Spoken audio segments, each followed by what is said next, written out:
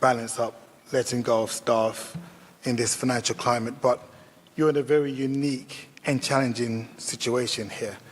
One where, particularly across transformation, if you let go of the wrong staff member, you can cripple your service for the long term.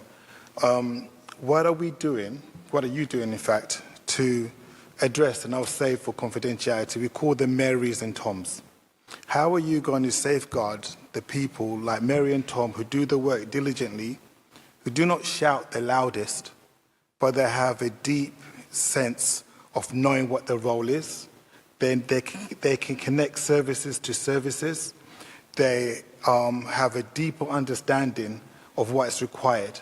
The reason being is typically when we cut without considering the quieter ones, the ones that don't make the noise, all of that I mentioned goes out of the window. And although they're not patient-facing, you, as a byproduct, you will increase patient safety concerns, because the general public also gets sniffed that your service is not safe because the key people are not working within the service. So what are you doing to seek out those people who are not going to shout the loudest, who have this knowledge base, so that when you transition to the new state, you retain that knowledge and understanding for the new service? Thank you, Councillor. Really, really important point, because there is the risk. There's the risk in terms of with voluntary redundancy as well, because usually those staff that are excellent know they can get jobs elsewhere, and they may well therefore apply for voluntary redundancy, whereas others might not do that. So it's a really, really important point. There's not one particular action that we're taking with that, because there's also, when you make more than 20 people redundant, there are very, very, and I'm certain many people around this table will know, there's very strict rules in terms of consultation processes and the redundancy process and the objective nature that you have to take, rather than the subjective nature of who you select for redundancy rather than select for staying.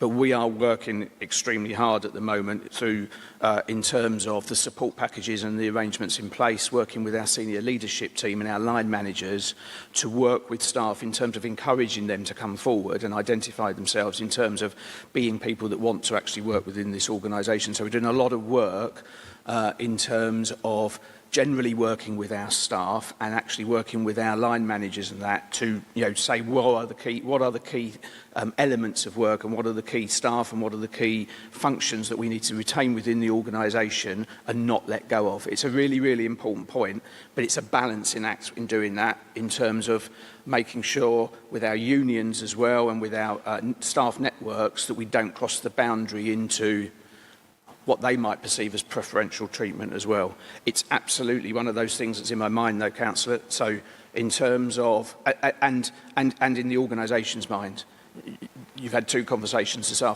this evening, one rather challenging and one not, and both of those are to do with, as you say, they're to do with patient-facing services ultimately, and we are the organisation that commissions that. So losing corporate memory and losing the good staff that are back in the office that are delivering that on a day-to-day basis is going to be absolutely critical. Otherwise, as you say, the organisation will be on its knees for a number of years.